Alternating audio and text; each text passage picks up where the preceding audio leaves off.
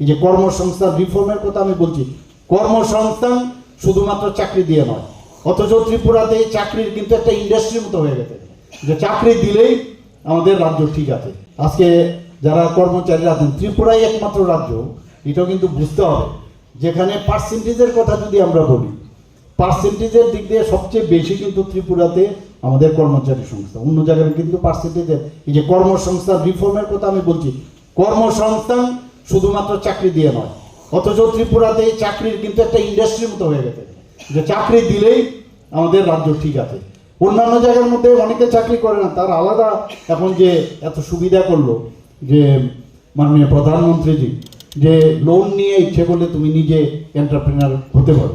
লাখপতি দিদির কথা বলুন, সেখানেও কিন্তু এই বাজেটের মধ্যে রাখা হয়েছে কি, লাখপতি দিদি আমাদের 95%, আমাদের যে টার্গেট ছিল 100%, অর্থাৎ মানে সেখান থেকে আমরা 95% আজকে আমাদের লাখপতি দিদি এখানে ত্রিপুরাতে হয়েছে। তো প্রতিটা জিনিসে এখন শুধু বলে লাখপতি দিদি হলে চলবে না, তাদেরকে এন্টারপ্রেনার বানাতে হবে। তো এন্টারপ্রেনারের উপরে এবার বাজেটে আমি দেখলাম সেখানে জোর দেওয়া হয়েছে। এখানে যে পরিবেশের বিষয় কিন্তু সাংঘাতিক, আমাদের জানেন, আমরা সবাই জানি যে পরিবেশ নিয়ে আমরা খুব চিন্তিত, এবং সেই জায়গার মধ্যে পরিবেশের উপরেও কিন্তু অনেক জোর দেওয়া হয়েছে। আজকে যারা কর দিচ্ছেন, এখানে যারা করদাতা তারা কিন্তু বসে থাকে, এবার আমার কি সুবিধাটা হলো, আমার কি সুবিধা হচ্ছে কিনা, সেই দিকেও কিন্তু নজর।